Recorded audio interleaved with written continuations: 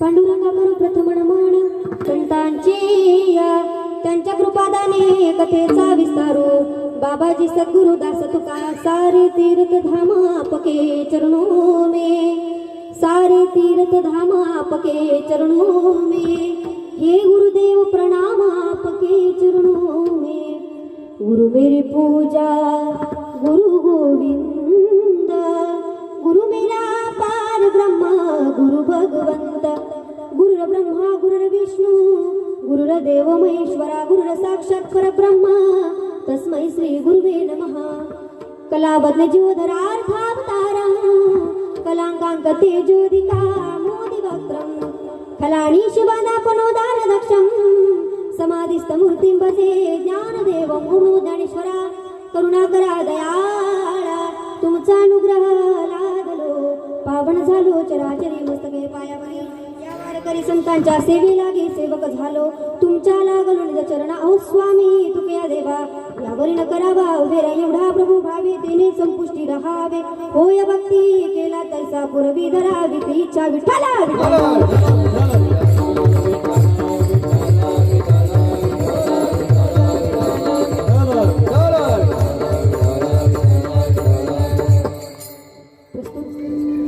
प्राप्त प्रसंगी प्राप्त स्थळी प्राप्त वेळी कीर्तन रूपी सेवेकरिता निवडलेला अभंग जन्माला आलेल्या जड जीवाचा उद्धार करण्यासाठी व आपला ध्येय अखंड जिजवणारे महान भगवत भक्त गाथा रूपी पंचमवेद निर्माते सदैव वैकुंठ गमन करणारे किंवा ज्या महान संतांच्या संत साहित्याचा जर आपण विचार केला तर ऐका वाङ्मयामध्ये व अध्यात्मामध्ये शोभून दिसणारी ग्रंथ संपदा सगळ्यांना रुचावी पचावी गुण वाटावी जन माणसाला आवडेल्यात नवल नाही ज्या महात्म्याची वाणी जगाचा मालक श्री पंढरीनाथाला आवडावी गेले अनेक वर्ष नाही तर गेले अनेक शतके होऊन गेली तरी देखील जी वाणी इतकी नूतन वाटावी त्या वाणीचा जर वारकरी संप्रदायाच्या दृष्टीने आपण विचार करायचा झाला तर ऐका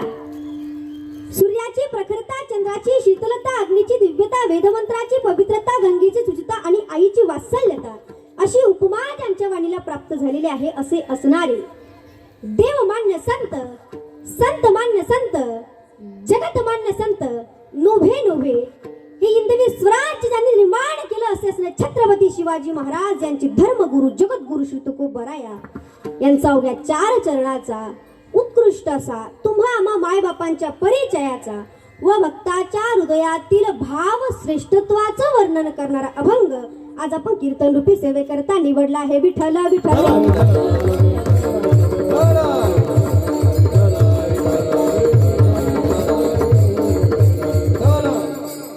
या अभंगाचा सरळ अर्थ असा आहे जगद्गुरु तुकोबराया अभंगामध्ये म्हणतात की एवढा प्रभू भावे तेने संपुष्टी रहावे महाराज म्हणतात जगाचा चालक मालक सत्ताधीश असणारा जो भगवान परमात्मा आहे त्याचं वर्णन जगद्गुरु तुकोबराने एका शब्दात केलं महाराज एवढा प्रभू भावे जगद्गुरु तुकोबरा म्हणतात जो एवढा मोठा भगवान परमात्मा आहे किती मोठा सांगू जगाची उत्पत्ती स्थिती लय ज्या भगवान परमात्म्याच्या हातामध्ये आहेत काळावर देखील ज्यांची सत्ता चालते पंचमहाभूत ज्यांच्या हाताखाली चालतात असा असणारा तो भगवान परमात्मा किती सत्ताधारी आहे सांगू तुझ्या सत्तेने वेदासी बोलणे सूर्यासी चालणे तुझ्या बोळे एवढा सत्ताधारी तो भगवान परमात्मा आहे कसा आहे तो भगवान परमात्मा ऐका माती पाणी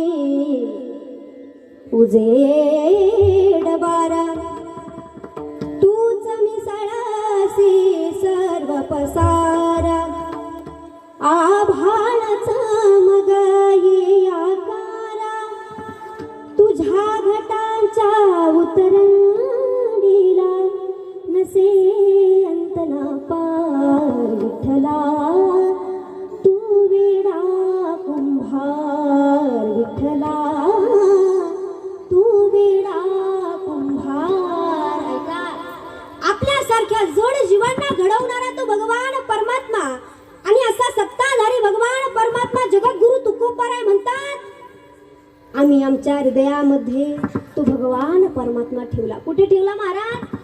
हृदयामध्ये ठेवला. का ठेवला हो हृदयामध्ये? दुसरीकडे ठेवायला जागा नव्हती का? पण याचं कारण आहे, आपल्या शरीरामध्ये भगवंताला राहण्यायोग्य जागा कोणती असेल तर ते आपले हृदय. आपले हृदय सांगू कसं काय? बघा, सर्वसामान्य माणसाला आपल्या हृदयात राहायला आवडतं महाराज. काय सर्वसामान्य माणसाला हृदयात राहायला आवडतं. बघा, आता गायनाचार्यांनी सुंदर गायन केलं, एवढं सुंदर गायन केलं, लाईट गेली तरी त्यांनी ताने सोडले काही हो, पण आपलं त्या ठिकाणी एक निष्ठता असली पाहिजे. महाराजांनी लाईटीमध्ये एक ताण आणला, लाईट येते का नाही असो, पण त्यांनी एक निष्ठेने त्या ठिकाणी गायन केलं, सोडलं नाही महाराज, हे की नाही? एवढं सुंदर गायन केलं. का केलं?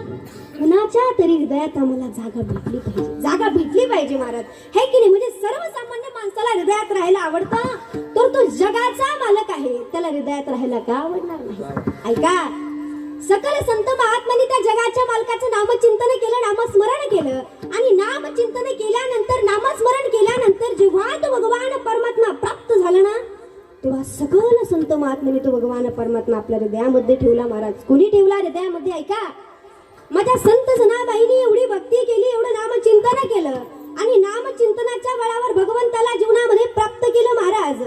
परंतु प्राप्त केलेला देव जाऊ दिला नाही, हृदयाचं जेल केलं, आणि त्या हृदयामध्ये तो भगवान परमात्मा ठेवला महाराज. माझ्या संत जनाबाई वर्णन करतात, हृदय बंदी खाना केला, आता विठ्ठला कोणी येला, आता विठ्ठला कोणी येला, हृदय बंदी खाना केला, आता विठ्ठल कोणीला धरिला, धरिला. माझ्यापेक्षा सुंदर गाणं होतं. बघा, कुठे ठेवलं भगवंताला? आपल्या हृदयामध्ये ठेवलं महाराज. ऐका, अखंड रामाचं दास्यत्व करणारे हनुमंतराय यांना जेव्हा विभीषणाने प्रश्न विचारला, अरे एवढा रत्नजडित हार त्या ठिकाणी सीते मातेने तुला दिला, आणि त्याचा एक एक मना त्या ठिकाणी, एक एक सुवर्ण दाना त्या ठिकाणी तू फोडतोय, काय पाहतोय नेमकी त्याच्यामध्ये? तेव्हा हनुमंतराय म्हणतात की याच्यामध्ये मी ज्या जगताच्या मालकाची भक्ती करतो, म्हणजे माझा राम आणि माझी सीता मैया मला याच्यामध्ये दिसत नाही. विभीषणाने प्रश्न विचारला, अरे याच्यामध्ये काय शोधतोय? तुझ्यामध्ये आहे का तो भगवंत? तेव्हा ऐका काय म्हणतात माझे हनुमंतराय, श्रीराम जानकी बैठे मेरे सीने में, श्रीराम जानकी बैठे मेरे सीने में,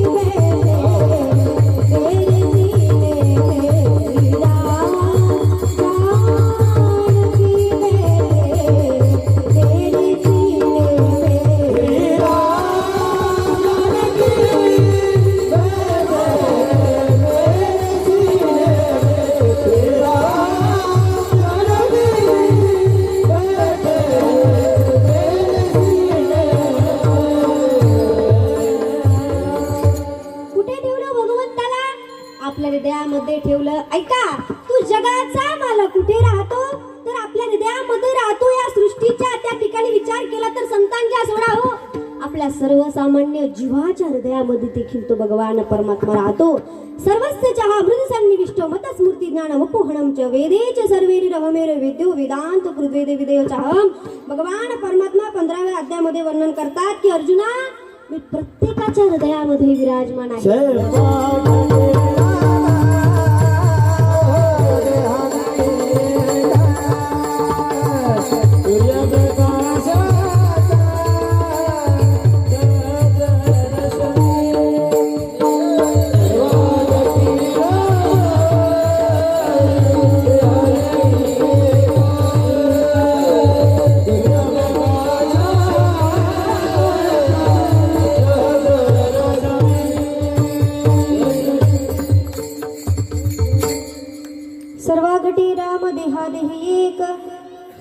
प्रकाशक सहस्ररश्मी. बघा, तो भगवान परमात्मा या सृष्टीच्या घटाघटामध्ये विराजमान आहे. आणि माझे जगद्गुरु तुकोबाराय म्हणतात की असा असणारा एवढा मोठा भगवान परमात्मा आम्ही कुठे ठेवला? आमच्या हृदयामध्ये ठेवला. महाराज, तुमच्यासारखी चाणक्य मंडळी त्या ठिकाणी माझ्या जगद्गुरु तुकोबारायांच्या समोर बसलेले होते. एका साधकाने त्या ठिकाणी जगद्गुरु तुकोबारायांना प्रश्न विचारला की महाराज, एवढा असणारा भगवान परमात्मा आणि एवढ्या मोठ्या भगवान परमात्म्याला तुम्ही तुमच्या हृदयामध्ये ठेवला, आम्हाला मान्य आहे, पण त्या भगवंताला हृदयामध्ये ठेवण्याचा नेमकी फायदा काय? काय महाराज, फायदा काय नेमकी? कारण प्रयोजनम उद्दिश्य मंदोपीनं प्रवर्तते. फायद्याशिवाय माणूस कोणतंच कार्य करत नाही. बघा, कोणतंच कार्य करत नाही. बरोबर ना? फायद्याशिवाय आपण काही कार्य करतो का? तुम्ही नेमकी झोपल्या का? फायद्याशिवाय कार्य करतो का? नाही करत आहोत. तुम्हाला एवढंच उभं करून सांगते, आपण भगवंताची भक्ती करतो काका. भगवंताची आपण भक्ती करतो, याच्या मागे पण आपला फायदा आहे. कारण की तेने विन जीवा सुख लोभी. आपल्याला माहिती आहे या मृत्यू लोकांमध्ये जर सुखाची प्राप्ती आपल्याला करायची असेल, संकटामधून सोडवणारा कोण असेल तर तो भगवंत आहे. दुसरं तिसरं कोणी नाही, तो भगवंत आहे. म्हणजे फायद्याशिवाय आपण काहीच कार्य करत नाही. मग त्या साधकाने जगद्गुरु तुकोबारायांना विचारलं, अहो तुम्ही त्या भगवंताला तुमच्या हृदयामध्ये ठेवलं, मान्य आहे, पण त्याचा फायदा काय? तेव्हा जगद्गुरु तुकोबाराय म्हणतात, होय भक्ती केला तैसा पुरवी धरावी ती इच्छा. महाराज म्हणतात त्याचा फायदा असा आहे, अहो तुम्ही कशीही भक्ती केली ना, पण अंतःकरणापासून भक्ती केली तर तो भगवंत प्राप्त होईल. पण फायदा असा आहे, जर तो भगवंत तुम्हाला प्राप्त झाला ना, तुम्ही जी इच्छा त्या भगवंताजवळ कराल ती इच्छा तो भगवंत पूर्ण करेल. हा फायदा आहे. ती इच्छा तो जगाचा मालक पूर्ण करेल. मग साधकाने विचार केला की बाबा, भक्ती केल्यानंतर भगवंत हृदयामध्ये राहतात, हृदयामध्ये राहिल्यानंतर इच्छा पूर्ण करतात, इथपर्यंत समजलं. पण त्या भगवंताकडून आपल्याला जर इच्छा पूर्ण करायची असेल तर आपल्याला त्या जगाच्या मालकाला काही द्यावं लागेल का? काय? काही धन संपत्ती पैसा वगैरे काही द्यावं लागेल का?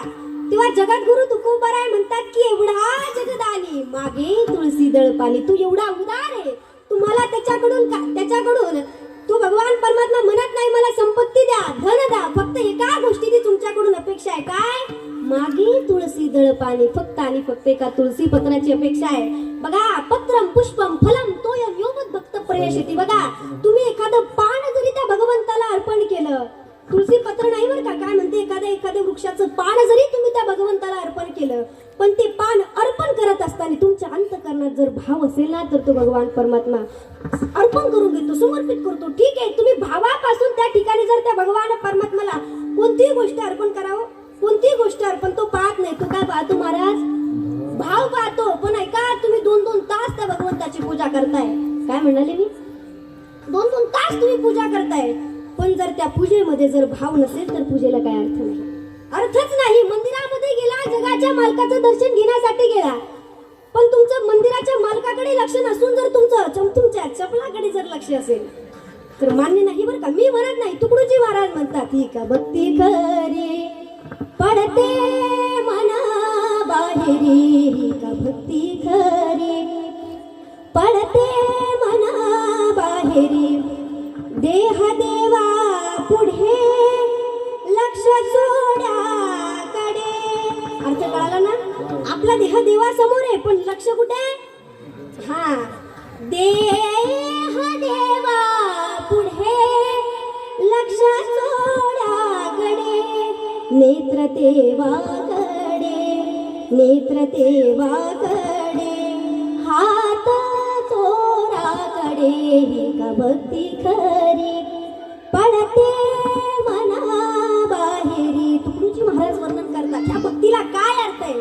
तुम्ही भाव अंतःकरणापासून त्या जगाच्या मालकाला काहीही अर्पण करा, तो स्वीकार करेल. मग जगद्गुरु तुकोबाराय म्हणतात की असे जे वैशिष्ट्य ज्या मालकाचे आहे ना, हे जे वैशिष्ट्य मी तुम्हाला सांगितले ना, कोणकोणते वैशिष्ट्य ऐका, पुन्हा सांगते. जो भगवान परमात्मा एवढा आहे, जो भगवान परमात्मा संतांच्या हृदयामध्ये राहतो, जो भगवान परमात्मा भक्तांच्या इच्छा पूर्ण करतो, जो भगवान परमात्मा तुळशी पत्राची अपेक्षा ठेवतो, तो भगवान नेमकी कसा आहे. तेव्हा जगद्गुरु तुकोबाराय म्हणतात की तो भगवान परमात्मा निर्गुण निराकार आहे. त्याचा अर्थ असा आहे, त्या भगवंताला रंग नाही, रूप नाही रंग नाही रूप नाही नाही वर्ण छाया निर्गुण निराकार तू चिरगुराया. त्याला रंग नव्हता, रूप नव्हता, आकार नव्हतं, काहीही नव्हतं, पण भक्तांच्या भक्तीपोटी तो भगवंत सगुण साकाराला आला आणि तो भगवंत दुसरा तिसरा कोणता नसून तो विटेवरचा मालक आहेत. हा झाला अभंगाचा सरळ सरळ अर्थ. तुमच्या भाषेत सांगायचं झालं तर अगदी ठळक ठळक. ह्या बोलतच नाही का? इकडेच विचार नाही ना, आता इकडे कसं काय चालन? तू म्हणशाल ताई असं काय बोलत्या, घरी असं का मिनिटात आवाज गप करते. अहो माहित तशीच बोल आहे की नाही? बघा हा झाला सरळ सरळ अर्थ. आता विस्तृत चिंतनाकडे वळूया. विठाला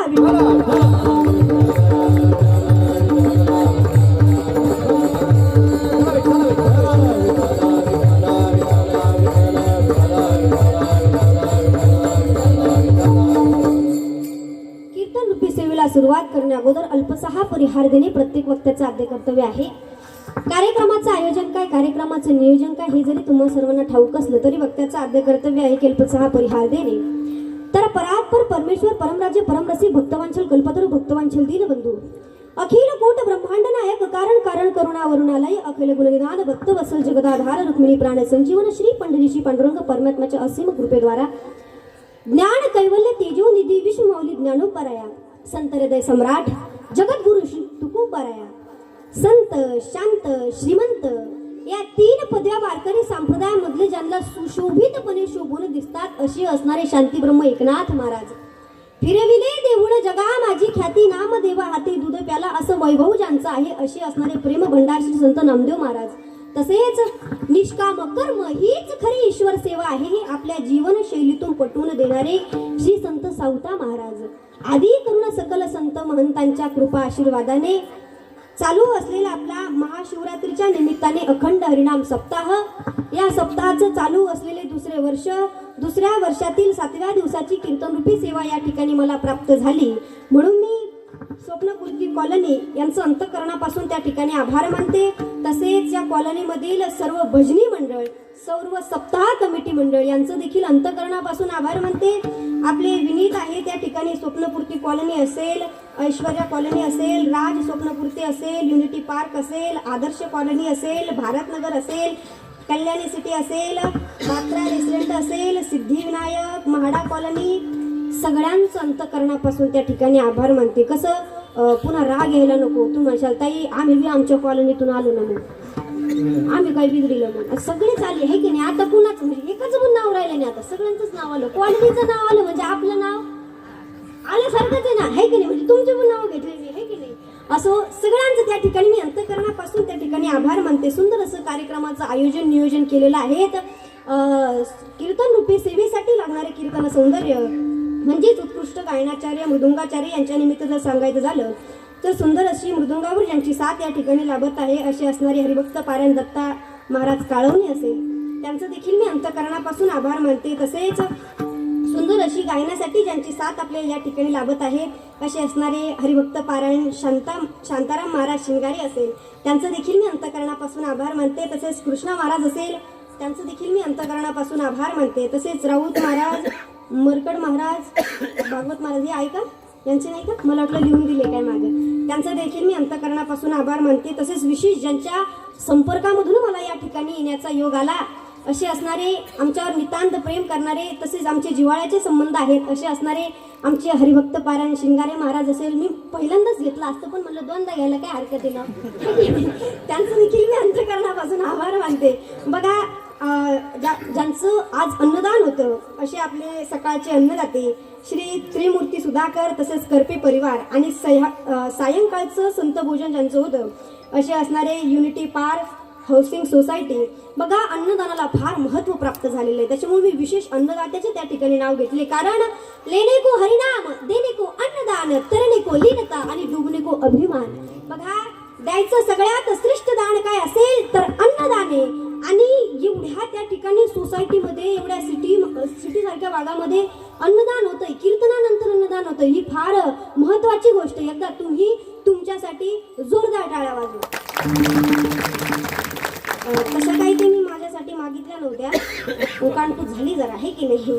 असं बघ हा माझ्या कीर्तनासाठी आपल्या कार्यक्रमाचे या ठिकाणी सप्ताहाचे अध्यक्ष नाव काय त्यांचं सुशांत भाऊ असेल, त्यांचं देखील अध्यक्ष आहे की नाही तुम्ही, तळमळ घ्यावी लागते. असं कसं काय आहे की नाही, नाव घेणं गरजेचं असतं, तेवढी धडपड माणसाला करावी लागते.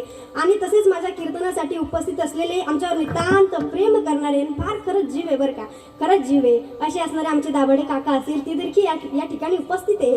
त्यांचं देखील आभार मानते. त्यांच्याकडून आम्ही पहिले जाऊन आलो, आमचं संत भोजन झालं.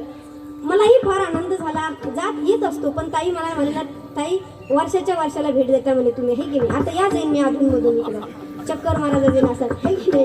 असं सगळ्यांचं या ठिकाणी मी अंतःकरणापासून आभार मानते. बघा कदाचित तुम्हाला लक्षात असेल किंवा नसेल, पण मी मागच्या वर्षी आले होते ना, झाला असेल काही बारीक झाले असेल, जाड झाले असेल, काळी झाली असेल, पण मीच होते, है की नाही. मागच्या वर्षी मी आले होते आणि मी पुन्हा येईन या नियमाने, मी पुन्हा आले बघा, है की नाही. म्हणून सगळ्यांचं त्या ठिकाणी मी अंतःकरणापासून आभार मानते. बघा सुंदर त्या ठिकाणी तुम्ही सप्ताह करताय, महाशिवरात्रीच्या पर्वानिमित्त तुम्ही सप्ताह करताय. एक सांगू तुम्हाला, तुम्ही एवढं सुंदर नियोजन केलं, एवढा सुंदर सप्ताह त्या ठिकाणी तुम्ही करताय, पण हा सप्ताह तुम्ही करत नाही महाराज. काय हा सप्ताह तुम्ही करत नाही बरं का. मग आता तुम्ही असाल ताई तारखी आम्ही दिल्या, महाराज लोक आम्ही सांगितले, मग सप्ताह नेमकी करतो कोण, मी सांगते.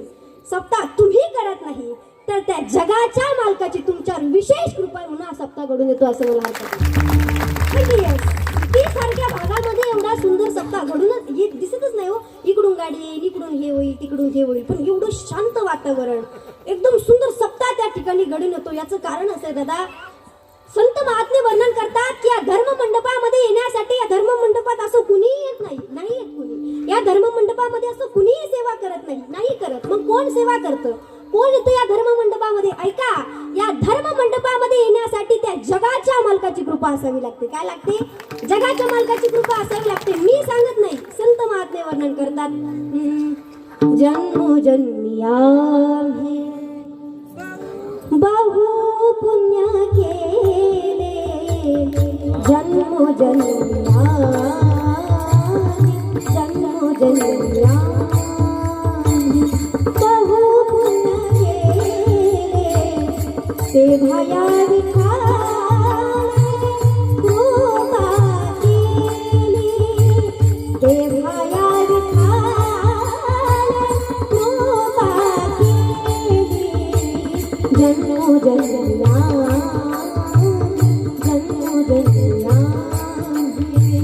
बहु पुण्य केले,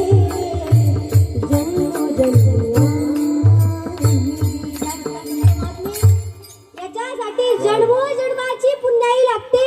तेव्हा कुठे माणूस या धर्म मंडपामध्ये येतो. आणि दुसरं कारण असं सांगितलंय, या धर्म मंडपामध्ये येण्यासाठी आपल्या आई वडिलांची पुण्याई लागते. काय लागते?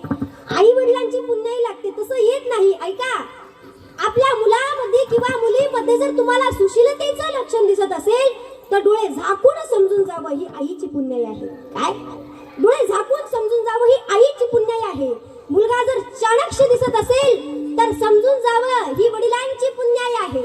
मुलगा जर धर्म कार्यामध्ये दान धर्म करत असेल, भगवंताची सेवा करत असेल तर समजून जावं हे तुमच्या वंशाचं पुण्य आहे. पण हे तीनही लक्षणं जर तुम्हाला तुमच्या मुलामध्ये दिसत असेल ना तर समजून जावं हे त्याचं स्वतःचं पुण्य आहे. स्वतःचं पुण्य आहे.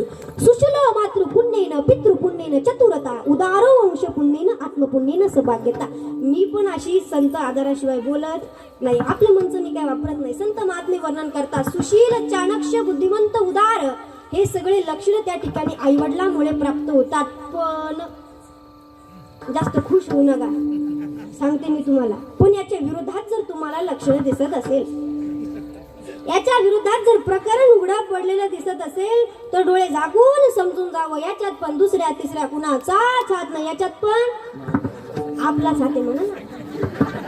आता कुठं म्हणता तुम्ही? याच्यात पण आपलाच हात आहे. मी सांगत नाही. उन्मादो मातृदोषेन पितृदोषेन मूर्खता, कार्पण्य वंश दोषेन आत्मदोषात दरिद्रता. उन्मत्त असेल, मूर्ख असेल, हे त्याचं आई वडिलांच्या दोषामुळे त्या ठिकाणी प्राप्त होतं. पण अशा धर्म कार्य त्या ठिकाणी तुम्ही उभा करताय हे पुण्य आहेत.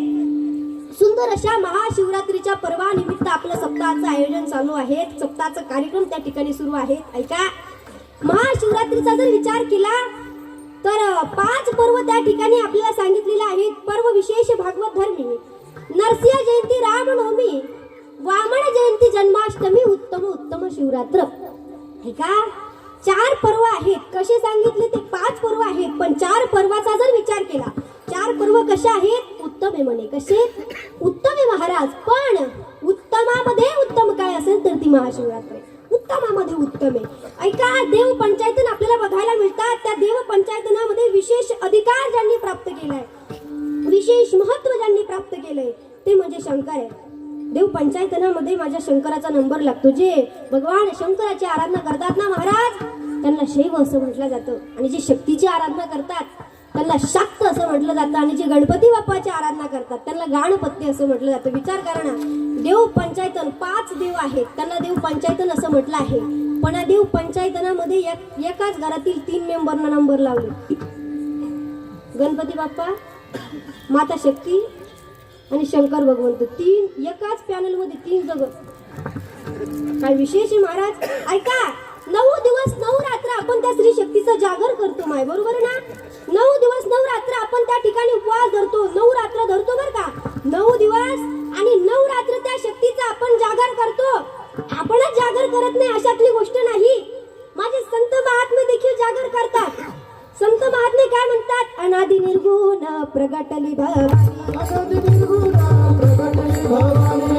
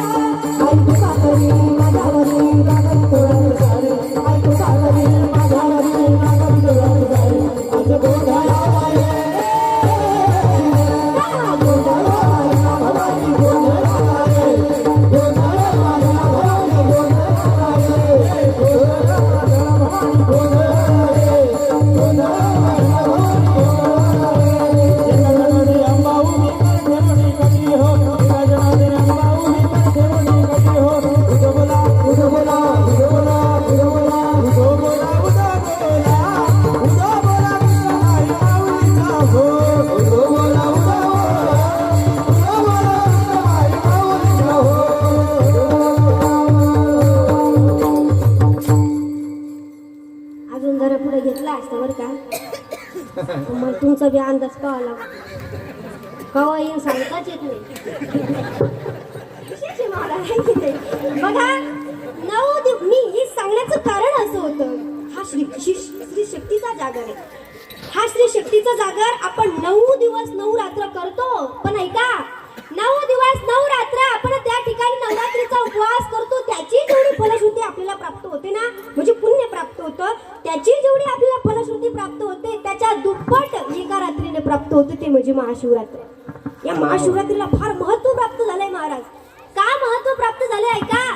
भगवान शंकराचा जर विचार केला तर अगदी लवकरात लवकर प्रसन्न होणारं दैवत आहे, आपल्या भक्ताच्या इच्छा पूर्ण करणारं दैवत आहे. आणि भोळा दैवत म्हणून ज्यांच्याकडे पाहिलं जातं ना, ते भगवान शंकर. शिव भोळा चक्रवर्ती, त्याचे पाय माझे चित्ते. भोळा दैवत आहे महाराज. संत महात्मे देखील म्हणतात, भोळा हा उपदेश देतात, नामकरण त्या ठिकाणी करतात. कशानं? भोळा दैवत. भोळं म्हणजे असं म्हणलंच भोळं नाही, खरंच भोळा दैवत आहे महाराज. आपल्या भक्तांनी कोणतीही गोष्ट मागू द्या, हो कोणती गोष्ट मागू द्या, मागचा पुढचा विचार करत नाही, लगेच आपल्या भक्ताला गोष्ट देऊन टाकतात. एवढं भोळं दैवत आहे. सांगते मी तुम्हाला, पटवून देते किती भोळं दैवत आहे. ऐका, फक्त लक्षपूर्वक ऐका. तुम्हाला हा कथाभाग माहीत असेल किंवा नसेल, पण अगदी लक्षपूर्वक ऐका. काही प्रश्न मी तुम्हाला त्या अगोदर विचारते. मला सांगा महाराज, लंका कोणाची होती बरं? लंका हे नाव ऐकलं असेल ना आपण लंका कोण, हा याचा अर्थ कोरोनात रामायण पाहिली आहे की नाही. लंका कोणाची होती? रावणाची होती आहे की नाही. रावणाची लंका होती, पण मी म्हणते की ती लंका रावणाची नव्हती. लंका रावणाची आहे की नाही. रावणाची लंका नव्हती. ती लंका महाराज सर्वसामान्य नव्हती बरं का. फार विशेष नगरी होती ती. किती विशेष नगरी होती सांगू, किती विशेष ती लंका होती सांगू. ऐका, 5 लाख घरं दगडाची, 7 लाख घरं विटाची, 1 कोटी घरं काशाची, 1 कोटी घरं तांब्याची आणि 7 कोटी घरं शुद्ध कांचनाची होती. एवढी मोठी ती लंका होती. याच्या पुढे जाऊन सांगू तुम्हाला, असं मोकळं करून सांगते हे की नाही. घरच्या सारखी जे तुमच्या बरोबर ना, अजून हा म्हणाला सुद्धा, हा म्हणाला घाबरायला लागले आणि वाटतं किती काय करून होतं आपल्याकडे. अशाच बघा मोकळं करून सांगते. बघा की कशी होती ती लंका. एवढी घरं होती. घरं राहिली का लक्षात? मी पुन्हा सांगते ऐका. 5 लाख घरं दगडाची, 7 लाख घरं विटाची, 1 कोटी घरं काशाची, 1 कोटी घरं तांब्याची आणि 7 कोटी घरं शुद्ध कांचनाची होती. याच्या पुढे जाऊन सांगते. त्या लंकेमधील प्रत्येक घराची चौकट 2250 किलोची 24 कॅरेट सोन्याची होती. किती? 2250 किलोची एका घराची चौकट होती. 7 कोटी घरं होती. याच्या पुढे जाऊन सांगू. त्या घरातील एक सोन्याची वीट जरी आपल्याला भेटली असती ना महाराज, एक वीट जरी आपल्याला भेटली असती, आपल्या अख्ख्या जीवनाचं कल्याण झालं असतं. मी 1 तोळा म्हणत नाही, 1 ग्रॅम म्हणत नाही, काय म्हणले मी? वीट. सहजी खाताना धरली तर 2-5 किलोची ती असतीच. कल्याण झालं असतं महाराज. 1.5 लाख रुपये तोळा सोना आहे की नाही. बरं याच्या पुढे जाऊन सांगू, सोपं करून सांगू तुम्हाला. ऐका, त्या रावणाच्या घरामध्ये पुंजावी सोन्याचं निघत होतं. आता याच्या पुढे काय सांगू. पुंजा सोन्याचं निघायचं महाराज. एवढा श्रीमंत तो रावण होता. अशी त्याची ती लंका होती. परंतु ती लंका रावणाची नव्हती. मग कुणाची होती? आता तुम्हाला प्रश्न पडला असेल, सांगते मी तुम्हाला, सोपं करून सांगते ऐका. भगवान शंकराचा फार मोठा उपासक, भगवान शंकराचा भक्त, त्या ठिकाणी तो कुबेर देव महाराज फार मोठा उपासक होता. फार मोठा उपासक होता भगवान शंकराचा. आराध्य मानायचा तो भगवान शंकरांना. पण त्या कुबेराने विचार केला की बाबा आपण एवढे श्रीमंत आहेत. कुबेर देवता माहीत असेल, अहो फार श्रीमंत. आताचे अंबानी ते काही नाही मग त्यांच्या समोर. गुडगुंज संपत्ती महाराज, गुडगुंज संपत्ती. एवढा श्रीमंत ते कुबेर देवता. आणि त्यांनी विचार केला की बाबा आपण एवढे श्रीमंत आहे, पण आपण ज्यांची भक्ती करतो असे असणारे माझे आराध्य म्हणजे भगवान शंकर, ते मात्र स्मशानामध्ये राहतात. मग आपण काय केलं पाहिजे? आपण त्यांना काहीतरी चांगलं त्या ठिकाणी निवासस्थान, चांगली नगरी त्या ठिकाणी वसवून देऊ. महाराज त्यांनी त्या ठिकाणी काम सुरू केलं. घरांचं काम सुरू केलं आणि दमादमाने ती घरं त्या ठिकाणी बनायला लागली आणि ती सुंदर नगरीचं त्या ठिकाणी स्थापन झालं महाराज. सुंदर नगरी त्या ठिकाणी ती बनली. आणि त्या नगरी दुसरी तिसरी कोणती नसून ती कोण होती? लंका होती महाराज. ती लंका होती. मग तुम्ही म्हणाल ताई आता ती लंका जशी कुबेर देवतांनी स्थापन केली, कुणासाठी केली होती? शंकरासाठी. मग तू म्हणशाल मग रावण मध्ये कस काय आला? प्रश्न आहे ना, रावण आला कस काय? तर ऐका, नगरीचं त्या ठिकाणी काम पूर्ण झालं. मग आता घराचं काम पूर्ण झाल्यानंतर आपण लगेच घरामध्ये राहण्यासाठी जातो का? अगोदर काय करतो आपण? वास्तुशांती करतो. हा, वास्तुशांती करतो. बघा, वास्तुशांती त्या ठिकाणी करायची ठरवली. मग कुबेर देवताने विचार केला वास्तुशांती आपण करू, पण आपण वास्तुशांती कुणाच्या हाताने करायची? भगवान शंकराच्या हाताने करायची. माता पार्वती आणि भगवान शंकर यांच्या हस्ते त्या ठिकाणी वास्तुशांती करायची. महाराज गेला बोलवायला त्या ठिकाणी कुबेरदेव भगवान शंकरांना आणि माता पार्वतींना बोलवलं. सांगितलं तुमच्यासाठी नगराची त्या ठिकाणी निर्मिती केली, तिथे तुम्ही राहावं अशी माझी इच्छा आहे. आणि भक्तांचा शब्द कधी भगवंत पाळत नाही असा विषय झालाच होता. तिथे तुम्हाला राहायचंय, सगळं ठरलं दादा. भगवंत आले दुसऱ्या दिवशी, पण विषय असा झाला आता भगवंत तर आले. एवढी मोठी त्या ठिकाणी ती नगरी आहे, परंतु याची नेमकी पूजा कोण करणार? ब्राह्मण देवता म्हणून नेमकी बोलायचं कुणाला? कारण नगरी सर्वसामान्य नव्हती आणि ज्यांना द्यायची तो व्यक्ती सर्वसामान्य होता का? भगवंत होते महाराज. यथा सांग नीती नियमाने चांगल्या योग्य रीतीने त्या ठिकाणी पूजा पार पडली पाहिजे. मग ब्राह्मण देवता म्हणून नेमकी बोलायचं तरी कुणाला? प्रश्न पडला. तेव्हा कुबेर देवतेच्या लक्षात आलं फार विद्वान ब्राह्मण आहे. फार विद्वान ब्राह्मणाला त्या ठिकाणी कुबेर देवता बोलायला गेले. सर्वसामान्य नव्हता महाराज. एवढा विद्वान होता त्याचं वर्णन केलं जाऊ शकत नाही. पण शिवभक्त देखील एवढा होता महाराज. एवढा शिवभक्त होता, एवढा शंकराची उपासना करायचा, एवढा उपासना करायचा की रोज त्या ठिकाणी तो हजार त्या ठिकाणी कमळं त्या भगवंताच्या पिंडीवर अर्पण करायचा, भगवान शंकराच्या पिंडीवर अर्पण करायचा. आणि एके दिवशी झालं असं की तू विद्वान ब्राह्मण आहे ना, तो रोज हजार त्या ठिकाणी कमळ आणायचा, पण एके दिवशी एक कमळ कमी पडलं महाराज. 999 कमळ आली आणि एक कमळ कमी पडलं. तेव्हा कशाचाही विचार न करता लगेच त्या ठिकाणी शिरच्छेद केला आणि आपलं शिरकमळ त्या ठिकाणी भगवंताला अर्पण केलं. एवढा मोठा उपासक होता तो ब्राह्मण, एवढा उपासक होता तो ब्राह्मण. सांगू कोण होता तो ब्राह्मण? दुसरा तिसरा कोणी नव्हता, तो रावण होता. रावणाचा जर विचार केला तर रावण ब्राह्मण आहे, पंडित आहे, रावण ब्राह्मण आहे. रावणाला बोलवण्यात आलं, रावण आला आणि रावणाने यथासांग विधिवत नियमाने नीतीने चांगल्या त्या ठिकाणी योग्य रीतीने त्या ठिकाणी ती पूजा पार पाडली महाराज. पूजा यथासांग पार पडली, पण भगवंताला फार आनंद झाला. आनंद का झाला? कारण शब्दाला मान देऊन त्या ठिकाणी तो रावण त्या वेळेला आला. शब्दाला मान देऊन रावण आला आणि एवढ्या सगळ्या नगरीची त्या ठिकाणी योग्य रीतीने त्यांनी पूजा पार पाडली, विधिवत नियमाने पूजा पार पाडली. भगवंत प्रसन्न झाले. कोण? भगवान शंकर त्याच्यावर प्रसन्न झाले आणि त्याला म्हणाले, माग तुला काय मागायचं? काय म्हणाले? माग म्हणे तुला काय मागायचं? आता भगवंत प्रसन्न झाले. तो पण हुशार होता महाराज, विद्वान होता. त्याने विचार केला, एवढी मोठी सुवर्ण संधी आपल्याला कधी पुन्हा हात धुवून आहे की नाही. त्यानं विचार केला की एवढी सुवर्ण संधी कस काय हातातून जाऊन जायची.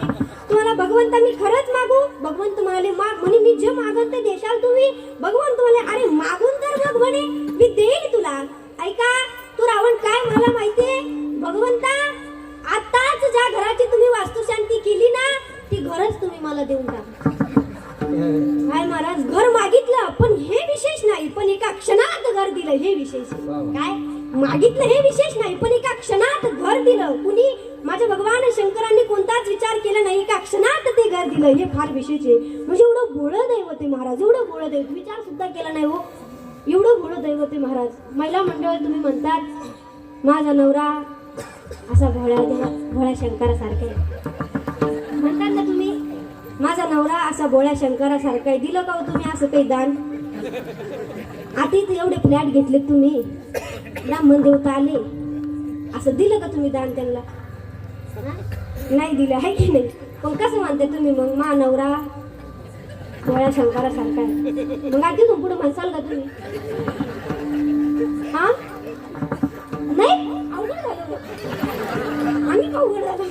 असो बघा, मी सांगत होते की अत्यंत भोळा दैवत, आणि अशा भोळ्या दैवताची त्या ठिकाणी असलेली महाशिवरात्र, उत्तम फळ देणारी ही महाशिवरात्र आणि या पर्वानिमित्त सुंदर आयोजित केलेला आपला सप्ताह, या सप्ताहामधील 7व्या दिवसाची कीर्तन रूपी सेवा. या कीर्तन रूपी सेवेकरिता निवडलेला अभंग हा 4 चरणाचा आहे, जगद्गुरु तुकोबारायांचा आहे आणि भक्ताच्या हृदयातील भाव श्रेष्ठत्वाचं वर्णन प्रतिपादन करणारा अभंग आहे.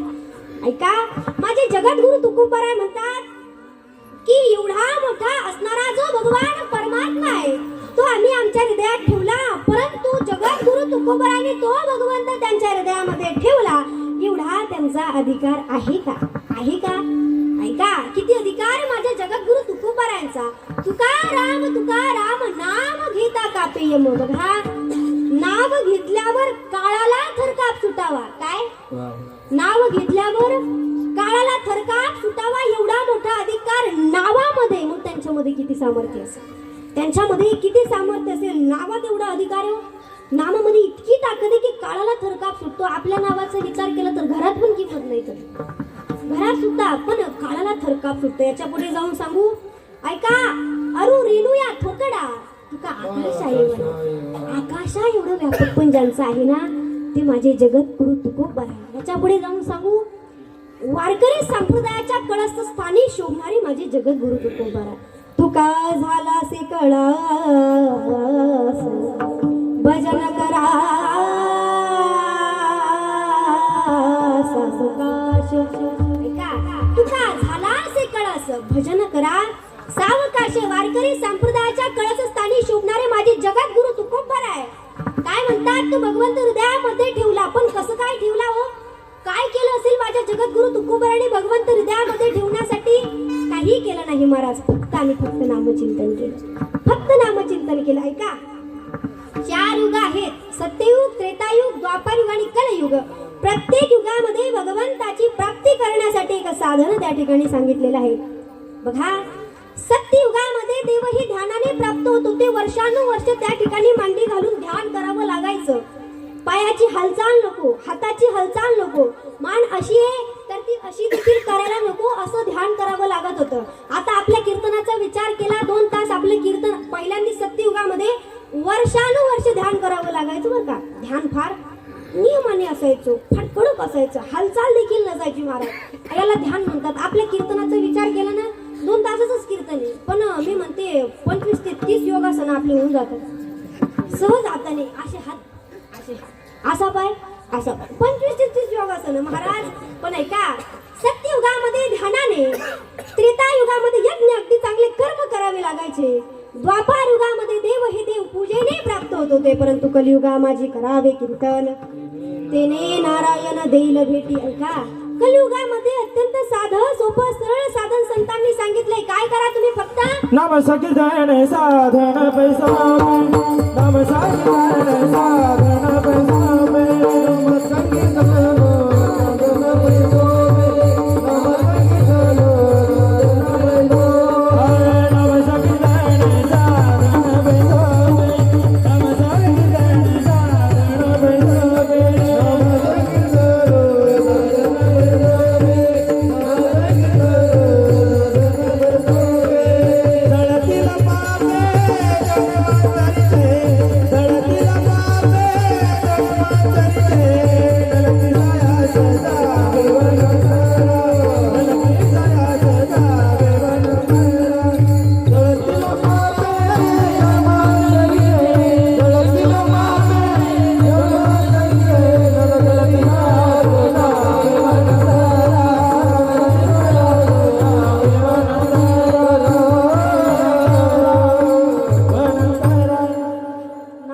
कीर्तन साधन पैसोपे जळतील पापे जन्मांतरीचे. ऐका, काय साधन सांगितलं? नाम संकीर्तन. फक्त आणि फक्त त्या भगवान परमात्म्याचं नामाचं त्या ठिकाणी संकीर्तन आपल्याला करायचंय, नामचिंतन त्या ठिकाणी आपल्याला करायचंय. ऐका, 4 प्रकार पडतात महाराज. सर्वसामान्य माणूस, साधक, भक्त आणि संत, 4 प्रकार पडतात. सर्वसामान्य माणसाचा जर विचार केला, तुमचा आमचा जर विचार केला, तर सर्वसामान्य माणसाला भगवंताचं दर्शन हे कशामध्ये होतं? मूर्तीमध्ये होतं. सर्वसामान्य माणसाला भगवंताचं दर्शन हे मूर्तीमध्ये होतं. साधकाला भगवंताचं दर्शन हे स्वप्नामध्ये होतं. प्रकार वेगवेगळे बरं का. साधकाला भगवंताचं दर्शन हे कशात होतं? कशात होतं? बघा, मी का म्हणते पुन्हा पुन्हा, याचं कारण असं आहे, बरेच लोक कीर्तनात बसतात. ऐका बरं का, बरेच लोक कीर्तनात बसतात, पण कीर्तन मात्र त्यांच्यात बसत. वाक्यात फरक आहे बरं का. आणि दुसरं कारण असं आहे, वेळोवेळी म्हणण्याचं कारण हे आहे, लक्षपूर्वक ऐका. बघा, तुम्ही झोपी जाऊ नये म्हणजे तुम्ही जागेत हे मला कळालं पाहिजे. याचं कारण असं आहे महाराज, श्रोता जब जागता है तो वक्ता बढ़िया कथा सुनाता है. काय म्हटले मी? श्रोता जब जागता है तो वक्ता बढ़िया कथा सुनाता है, और श्रोता जब सोता है तो वक्ता कुछ भी बकता है. म्हणजे मी इकडचं तिकडचं सांगत नाही, असं काही विषय नाही, पण अगदी लक्षपूर्वक आहे का. बघा, सर्वसामान्य माणसाला भगवंताचं दर्शन मूर्तीमध्ये, साधकाला भगवंताचं दर्शन स्वप्नामध्ये होतं महाराज. स्वप्नात दर्शन होतं, साक्षात स्वप्नामध्ये त्या भगवंताचं दर्शन होतं. तुमचा आमचा जर विचार केला, तुमच्या आमच्या स्वप्नामध्ये भूतन प्रेत याच्याशिवाय दुसरं काही येतच नाही. एक तर आपण मरून जाईल ना, तर दुसऱ्याला मारेल. स्वप्नात सांगते हो मी, स्वप्नात सांगते. हा आपल्या स्वप्नाचा प्रकार आहे. तिसरा प्रकार आहे भक्त. भक्ताला भगवंताचं दर्शन हे कशात होतं? हृदयामध्ये होतं. पहिल्याचं स्वप्नात होतं. भक्ताला भगवंताचं दर्शन हे हृदयामध्ये होतं. मात्र संतांना भगवंताचं दर्शन हे प्रत्यक्षामध्ये होतं. योगिया दुर्लभ तोम्या देखिला साजनी, योगिया दुर्लभ पाहता पाहता पाहता पाहता मनान पुरे धनी, देखिला देखिला माये देवाचा तो देव, देखिला देखिला साक्षात होतं महाराज. प्रत्यक्षामध्ये भगवंताचं दर्शन होतं. का होतं प्रत्यक्षात भगवंताचं दर्शन? तसं ताकदीचं नामचिंतन केलेलं असतं, नामस्मरण केलेलं असतं. मग संत महात्मे म्हणतात अशा भगवंताचं आम्ही नामचिंतन केलं, नामस्मरण केलं, परंतु तो भगवंत सर्वसामान्य नाही ज्याचं आम्ही नामचिंतन केलं. कसा आहे तो भगवान परमात्मा? षडगुण ऐश्वर्य संपन्न असलेला तो भगवान परमात्मा आहे. 6 गुण त्या भगवंताजवळ संत महात्मे सांगतात. ऐका, जो अभंग निवडलाय त्याच्यामध्ये जगद्गुरु म्हणतात, जगद्गुरु तुकोबाराय म्हणतात की एवढा प्रभू भावे. मी तुम्हाला एवढा जो भगवान परमात्मा आहे ना, एवढा शब्द वापरला ना माझ्या जगद्गुरु तुकोबारायने, एवढा जो भगवान परमात्मा आहे ना, मी त्या एवढ्या भगवंताची लक्षणं सांगते तुम्हाला. लक्षणं सांगते. कसा सांगितला संतांनी तो भगवंत? तो भगवान परमात्मा गुणवान आहे म्हणे. षडगुण ऐश्वर्य संपन्न तो भगवान परमात्मा आहे. 6 गुण त्या भगवंताजवळ आपल्याला बघायला मिळतात. माझे माऊली ज्ञानोबराय वर्णन करतात. ऐका यशश्री यवदार्य ज्ञान वैराग्य ऐश्वर्य हे साही गुणावर वसती जेथा. ऐका यशश्री अवतार ज्ञान वैराग्य ऐश्वर्य हे 6 गुणवर्य वसती जेथ. तो एवढा भगवान परमात्मा. हे 6 गुण ज्याच्याजवळ आहे ना, तो एवढा आहे तो भगवान परमात्मा. ऐका, तो भगवान परमात्मा गुणवान आहे, मान्य आहे, पण तो भगवान परमात्मा रूपवान देखील आहे. कसा आहे? गुणवान आहे हो, परंतु रूपवान देखील आहे. आता ऐका, गुणवान आणि रूपवान याच्यामध्ये 4 प्रकार पडतात. 4 प्रकार पडतात. आता तुम्ही म्हणाल ताई जेव्हा जेव्हा येतात तेव्हा 2 प्रकार पडतात, 4 प्रकार पडतात. घाबरून देतात तुम्ही आम्हाला. असे घाबरू नका तुम्ही. मी अगदी सोपं करून सांगते. असं लोड नका येऊन दे तुम्ही. कीर्तन मी सांगते पण लोड तुम्हाला येतो. लोड येऊ दे नका. असं टवटवीत फ्रेश माणसांनी कसं असलं पाहिजे सांगू? अगदी हसरा चेहरा माणसाने ठेवला पाहिजे. याचं कारण सांगू काय? हसण्याची जी सुप्त क्रिया आहे ती जगाच्या मालकाने फक्त आपल्याला दिली. आपण हसतो ना, ही हसण्याची जी क्रिया आहे ना, ती जगाच्या मालकाने फक्त आपल्याला दिली. मला सांगा, इतर 84 लाख त्या ठिकाणी योन्या निर्माण केल्या, त्यातली आपली ही योनी जर बाजूला काढली तर किती योन्या उरतात? 83,99,999 योन्या उरतात ह्या काळाला.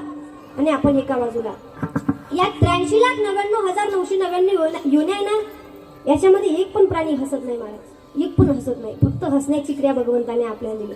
मला सांगा, असं रस्त्याने जात असताना तुम्हाला कधी एखादी मांजर हसली का? आणि दुसरं विशेष लक्षण असं बघा, 14 विशेष लक्षणं सांगितली बरं का. विशेष लक्षणं 14 सांगितली, पण ठोक ठोक लक्षणं मी तुम्हाला सांगते. अगदी सहज तुम्हाला दिसून येईल असं लक्षण आहे. दुसऱ्या लक्षणाचा विचार केला तर दुसरे लक्षण असं सांगितले की भगवंत पदापर्यंत जाता येतं शरीराने. स्वर्गातील देवदिक इच्छा करतात या शरीराची. अशी विशेष 14 लक्षणे, पण ते आपल्याला दिसून येत नाही. दिसून येणारी लक्षणं सांगते. 1 म्हणजे हसण्याची क्रिया, 2 म्हणजे बोलण्याची क्रिया, 3 म्हणजे उभं राहण्याची क्रिया आणि 4 म्हणजे हात असण्याची क्रिया. ही 4 लक्षणं ठोक आपल्याला दिसतात. एवढी 4 लक्षणं आपल्याला दिसतात महाराज. म्हणजे हसण्याची क्रिया भगवंताने आपल्याला दिली ना, महाराज मन मोकळ्यापणाने हसलं पाहिजे. लोड येऊन दिला पाहिजे. हसलं पाहिजे माणसाने. दिली ना हसण्याची क्रिया, हसलं पाहिजे. बघा काही लोक हसतच नाही महाराज. हसतच नाही. असं वाटतं त्यांच्याकडे पण आपल्याला टेन्शन येतं. एवढे लोड मध्ये असतात ना, असं वाटतं अख्ख्या भारताची ईडीची माहिती याच्याकडेच आहे. एवढं काय लोड आलं नाही. माणसाने हसलं पाहिजे. आणि विशेष गोष्ट अशी, तुम्ही नका का हसना, आम्हाला काय करायचं, आम्ही 2 तास येणार, पण ते आईन माणसं आमच्या समोर बसतात.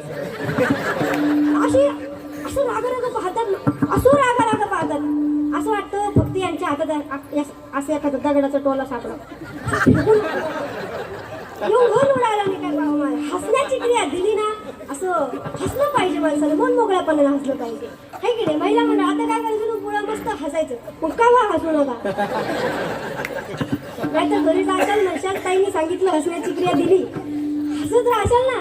असं कवा हसलाल ना, कवा घरचे दवाखान्यात फोन करी, कवा गाडी बोली, कवा टाकून दे दवाखान्यात.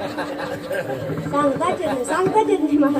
दिली ना हसण्याची क्रिया, हसलं पाहिजे, मस्त राहिलं पाहिजे. ऐका, मी सांगत माझा मुद्दा हा सांगण्याचा चालू होता की काही लोक 4 रूपवान आणि गुणवान हे 4 प्रकार आपल्याला बघायला मिळतात. रूपवान आणि गुणवान हे 2 शब्द आहेत. याच्यामध्ये 4 प्रकार बघायला मिळतात. काही माणसं रूपवान असतात मात्र गुणवान नसतात. काही गुणवान नसतात पण रूपवान असतात. काही गुणवानही नसतात आणि रूपवानही नसतात. आणि काही गुणवानही आणि रूपवानही असतात. ऐका, आता याचा विस्तार करून मी तुम्हाला सांगते. बघा, काही माणसं गुणवानही नसतात आणि रूपवानही नसतात. ऐका, रामायणामध्ये त्राटिका नावाची राक्षसी होती. काय त्राटिका नाव होतं महाराज तिचं. काय होती ती? राक्षसी नव्हती. आता ती राक्षसी नव्हती म्हणजे ती रूपानं सुंदर असेल का दिसायला? उघड आहे ना. राक्षसी नव्हती म्हणजे सुंदर असेल का? नाही. ती राक्षसी नव्हती, रूपवान नव्हती, पण कशी होती महाराज?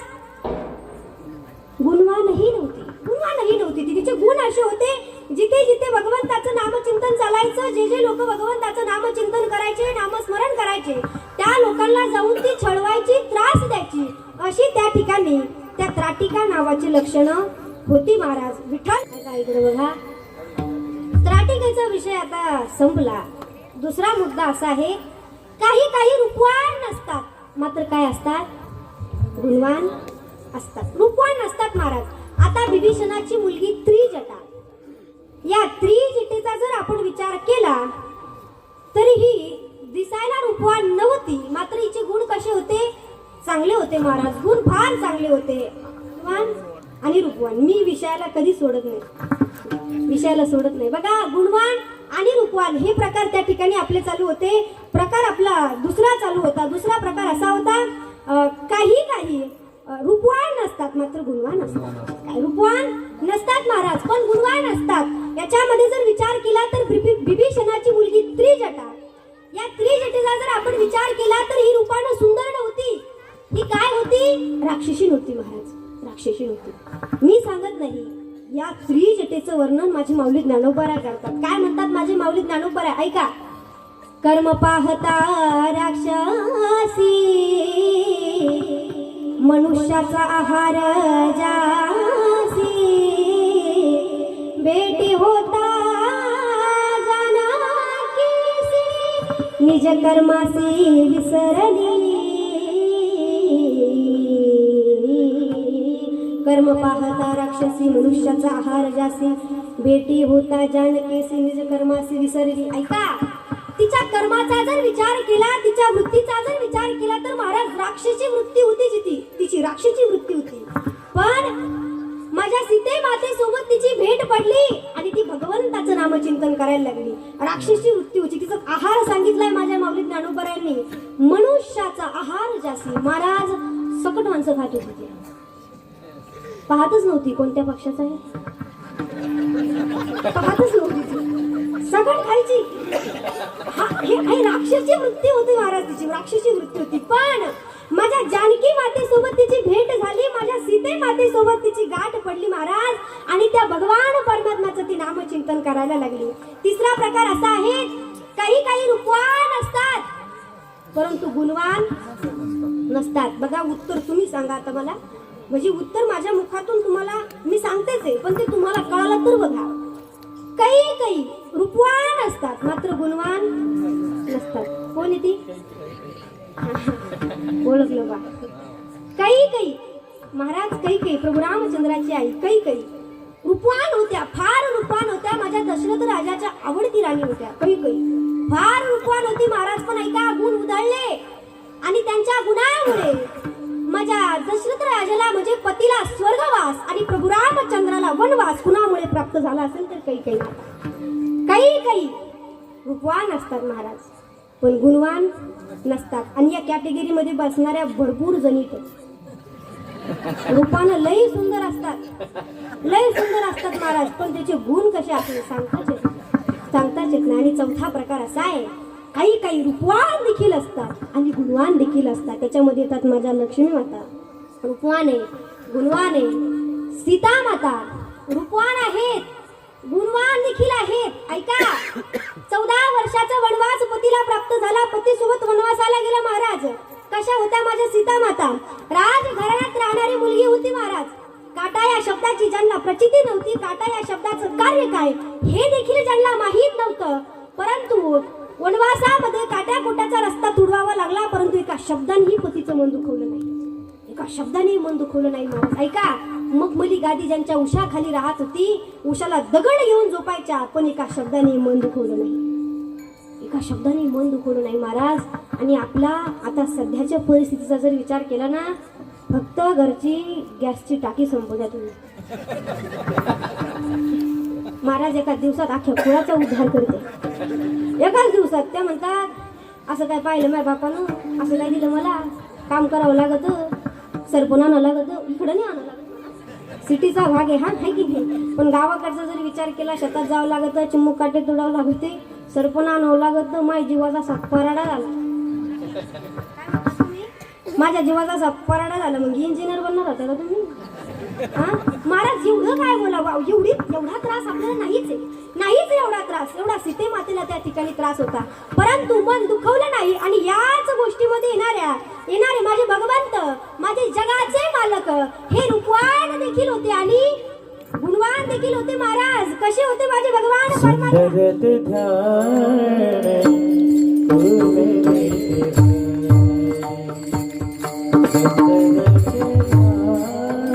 सुंदर सुंदर ते ध्यान उभे विटेवरी, करकटेवरी ठेवून या. बघा तो भगवान परमात्मा कसा आहे, सुंदर असं रूप त्या भगवान परमात्म्याचं आहे.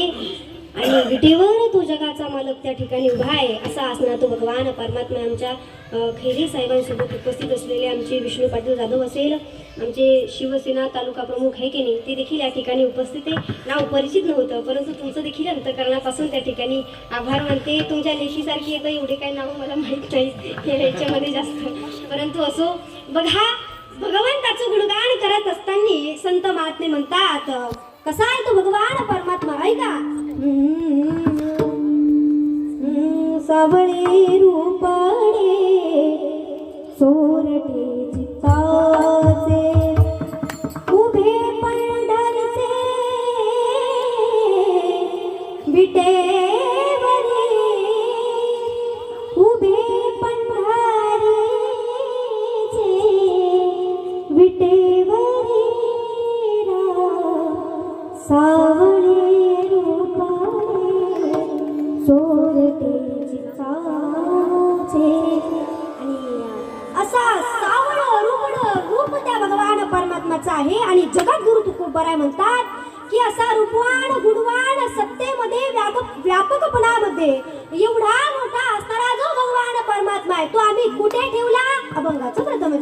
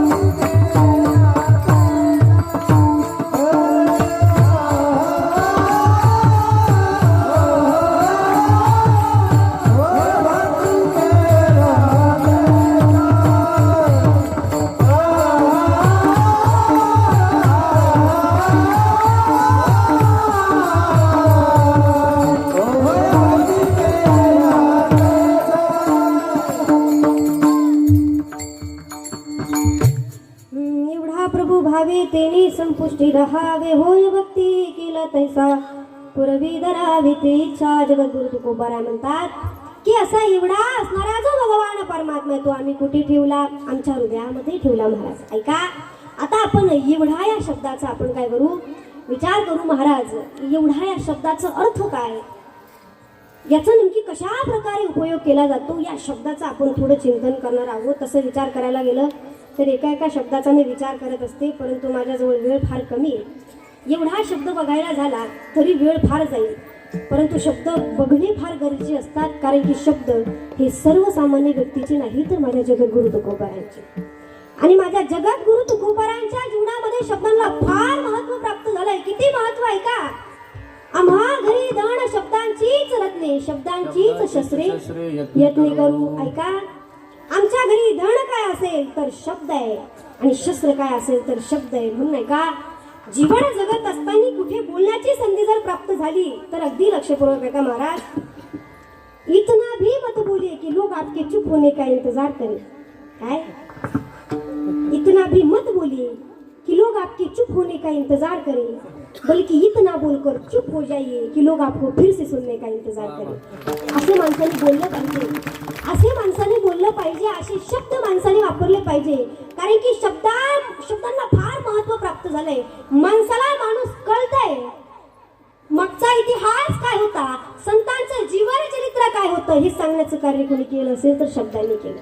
ऐका, माझ्या माऊली ज्ञानोबारांना कशा प्रकारे या जगताने त्रास दिला, परंतु त्या जगताने त्रास देऊन देखील त्या ठिकाणी पसायदानासारखं दान ज्यांनी आपल्याला दिलं ती माझे माऊली ज्ञानोबाराय. कुणी सांगितलं आपल्याला? शब्दांनी सांगितलं. कुणी सांगितलं आपल्याला की त्यांनी रेड्याच्या मुखामधून वेद बोलविला? हे कुणी सांगितलं? शब्दाने सांगितलं ना, रेड्या मुखे वेद बोलविला, गर्भ तुझ्यांचा हरविला. रेड्याच्या मुखामधून वेद बोलविला. कुणी सांगितलं? शब्दांनी सांगितलं. माझ्या जगद्गुरु तुकोबारांना किती त्रास झाला हे कुणी सांगितलं? शब्दाने सांगितलं. आणि माझ्या छत्रपती शिवाजी महाराजांचा इतिहास काय होता हे कुणी सांगितलं? शब्दाने सांगितलं महाराज, शब्दाने सांगितलं. शब्द सांगतात, शब्द वर्णन करतात माझ्या छत्रपती शिवाजी महाराजांचं.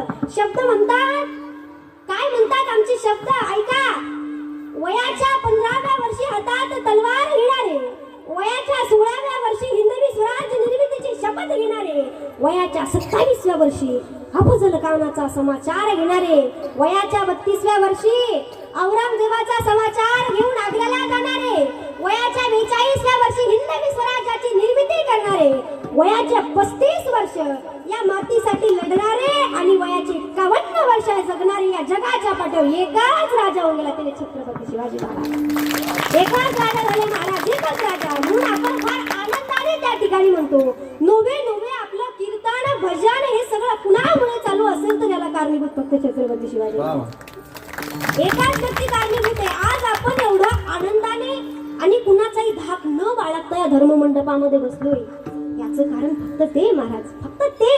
म्हणून आता त्यांचा उत्सव येतोय, जयंती येते महाराज, आणि एवढा आनंद त्या जयंतीला असेल. आणि ती जयंती त्या ठिकाणी कशी साजरी करतो, कसा आनंद असतो, अगदी लक्षपूर्वक आहे का? माझ्या जिजाऊची पुण्याई कशी आली हो फळाला, माझ्या जिजाऊची पुण्याई कशी आली हो फळाला, तो बापाचा बापा बागशुभा जन्मला, तो बापाचा बापा बागशुभा जन्मला, तो बापाचा बाबा वागशुभा जन्मला, तो बापाचा बाबा वागशुभा जन्मला. माझ्या जिजाऊची पुण्याई कशी आली हो फळाला, माझ्या जिजाऊची पुण्याई कशी हो फळाला, तो बापाचा बापा बागशुभा जन्मला, तो बापाचा बापा बागशुभा जन्मला.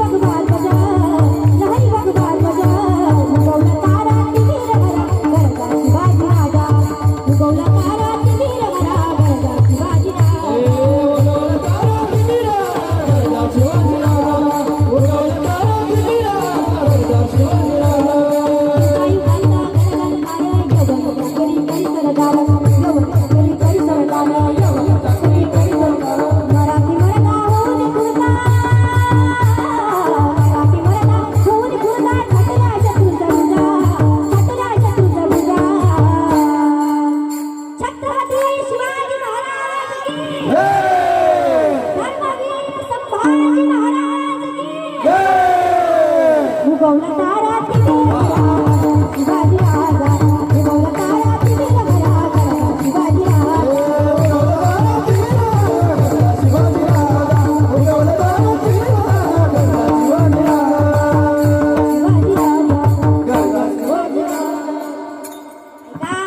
माझ्या छत्रपती शिवाजी महाराजांचा इतिहास काय होता हे सांगण्याचं कार्य कोणी केलं असेल तर ते शब्दांनी केलं. आणि असा एवढा या शब्दाचा जर विचार केला तर मोठ्यातले मोठे परिमाण दर्शवण्यासाठी देखील ज्याचा उपयोग केला जातो तिथे एवढा शब्द वापरला जातो.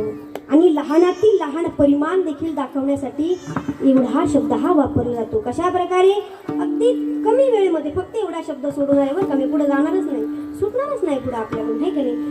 छोट्यातलं छोटं परिमाण आणि मोठ्यातलं मोठं परिमाण दर्शवण्यासाठी फक्त एका शब्दाचा उपयोग केला जातो ते म्हणजे एवढा. कशा प्रकारे ऐका एखादा व्यक्ती लग्नाला गेला लग्नावरून आल्याच्या नंतर जेव्हा तो आपल्याला त्या लग्नाचं कसं लग्न झालं याचं कौतुक जेव्हा सांगतो तेव्हा तो व्यक्ती शब्द वापरतो की महाराज एवढं मोठं लग्न झालं एवढं मोठं लग्न झालं का सांगताच येत नाही. मग नेमकी केवढं लग्न झालं नेमकी 2 एकरचा मंडप होता 4 एकरचा मंडप होता काही सांगता येतं का परिमाण नाही. पण मोठ्यातलं मोठं परिमाण दर्शवलं कोणत्या शब्दाने एवढ्या शब्दाने. आणि अगदी लहानातील लहान परिमाण दर्शवायचं जरी असलं तर आपण काय बाबा एवढं लेकरू होतं म्हणजे काय छोट्यातलं छोटं परिमाण दर्शवलं ना आपण.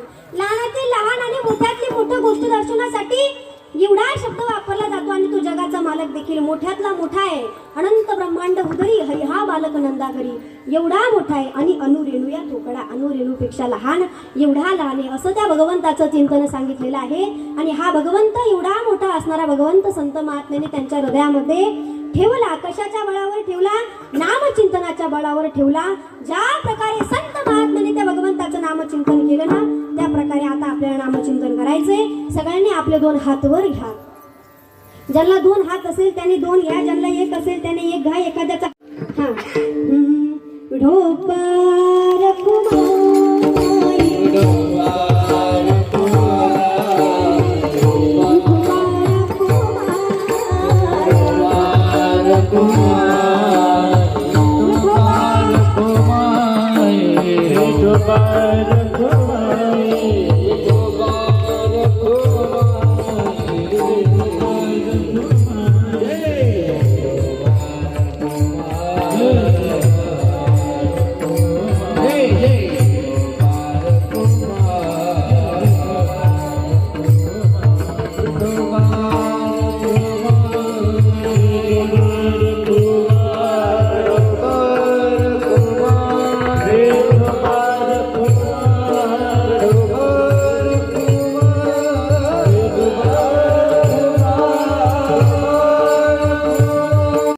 कशाचीही अपेक्षा नाही फक्त मागे तुळशी दळपाणी का तुळशी पत्राची अपेक्षा आहे. आणि असा तुळशी पत्राची अपेक्षा असणारा भगवान परमात्मा आला नावा रूपा तुका म्हणे झाला सोपा वेळ झालेली आहे आपली त्याच्यामुळे भैरवी काही दिली नाही. असो माझ्या कीर्तनामध्ये ज्यांनी रंग भरवण्याचं कार्य केलं असे असणारे सर्व गायनाचार्य मंडळी मृदुंगाचार्य मंडळी यांचं सगळ्यांचं मी अंतःकरणापासून ज्या ठिकाणी आभार मानते.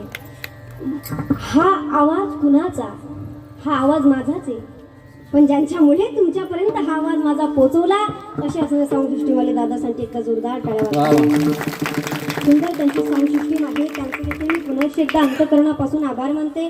तसेच माझ्या कीर्तनाची ज्यांनी शूटिंग केली असे असणारे आमचे दादांचं नाव काय संदीप दादा असेल फार तळमळीने त्या ठिकाणी ते काम करताय त्यांचं देखील मी अंतःकरणापासून आभार मानते. आणि आज माझ्या कीर्तनासाठी आमचे खासदार सर ज्या ठिकाणी साहेब उपस्थित राहिले माझ्यासाठी फार आनंदाची गोष्ट आहे की नाही. लहानपणचा दिवस पुन्हा एकदा मला आठवणीत आला आहे की नाही. त्यावेळेला माझी राज्यस्तरीयवर गायन स्पर्धेमध्ये प्रथम क्रमांक आला होता आणि तुमच्या हस्ते त्या ठिकाणी माझं स्वागत झालं. आनंद मला तेव्हा झाला होता तसाच आनंद आज मला या ठिकाणी वाटतोय. फार आनंद त्या ठिकाणी बघा सगळ्यांचं पुन्हा एकदा मी अंतःकरणापासून आभार मानते. आणि ज्यांनी माझ्यापेक्षा जास्त ऊर्जा ज्यांची दिसून येत होती आहे की नाही आमचे सोबदार असेल त्यांचं देखील मी आभार मानते. ते मला म्हणाले होते आहे की नाही सोबदारांचा जर विचार केला फार महत्व बरं का त्यांचं कीर्तन माझा जर विचार केला कीर्तनकार शेवटपर्यंत कीर्तन करते का नाही का मधूनच निघून जाते. हेच मला करण्यासाठी थांब तू जरा त्यांचं देखील मी अंतःकरणापासून फार एनर्जीने आणि 11 वाजता ते पुन्हा ड्युटीला जाणार आहे, परंतु एवढे एनर्जीने ते या ठिकाणी आहेत. त्यांचं देखील मी अंतःकरणापासून आभार मानते. असो आम्ही सगळे आहेत, पण तुम्ही देखील माझं कीर्तन न झोप घेता न डुकली घेता श्रवण केलं, बरोबर ना? का घेतल्या 2-3 झोपा? हा, तुमचं देखील मी पुन्हा एकदा अंतःकरणापासून आभार मानते. असो सगळ्यांची नावं घेणे या ठिकाणी मला काही शक्य नाही, म्हणून ज्यांची नावं घेतले ते देव आणि ज्यांची नाही घेतले ते महादेव. ज्ञानेश्वरा मावली नागराज माऊली द्वारा